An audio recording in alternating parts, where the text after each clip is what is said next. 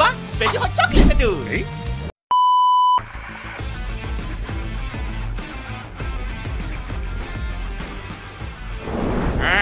Hari ni Tok ada access special. Tok nak bawa korang tengok proses buat movie Papa Zola ini. Abang, special hot chocolate satu. Ini suara Gopal. Saya juga co-director filem Papa Zola ni bersama Norman. Selamat datang ke production Monster.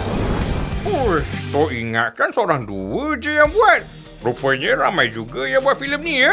Mestilah ramai. Banyak departmen tu. Bermula dengan tim skrip. Macam buku tebalnya. Yelah tu. Dari skrip, kita akan buat rakaman suara dan lukis watak dan background.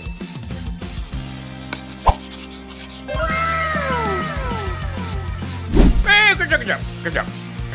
Tok ingat cerita ni dalam 3D. Kenapa ni 2D pula? Sabar tu. Ini baru konsep seni.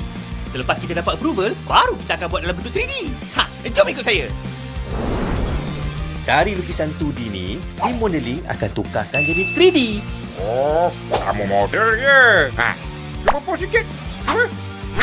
Bukan macam tu, Tok. Bukan model tu, Tok. 3D modeling ni, Tok, bermaksud membuat bentuk geometri 3D dalam komputer.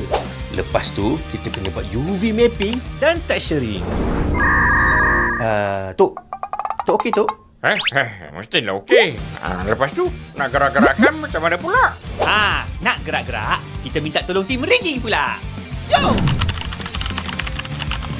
Tim rigging ni ibarat doktor ortopedik dalam bidang animasi ni. Tok tahu. Tok selalu jumpa doktor ni. Maklumlah, dah tua. Dioranglah yang tambah tulang dan controller untuk membolehkan setiap watak bergerak. Animator akan gunakan wire controller untuk gerakkan watak-watak ni. Kadang-kadang, daun pun kami gerakkan.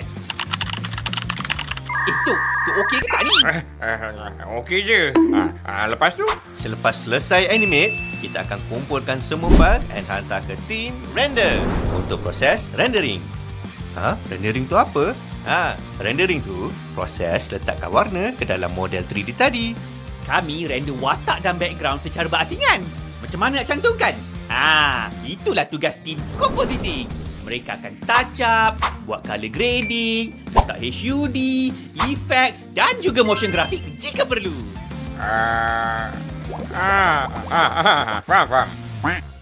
Akhirnya, kami menggunakan final image sequence dan final audio untuk menjadikannya final file. Faham tu?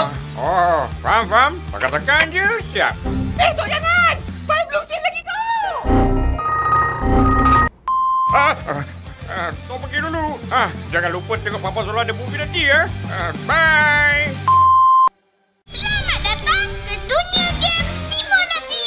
Wah, tempat apa ni? Di dalam ni, kamu ada 3 nyawa. Petuah punya kecomelan. Dah macam satu permainan. Kita akan aktifkan simultran untuk sedut simulasi. Kepal, apa jadi kat kita ni?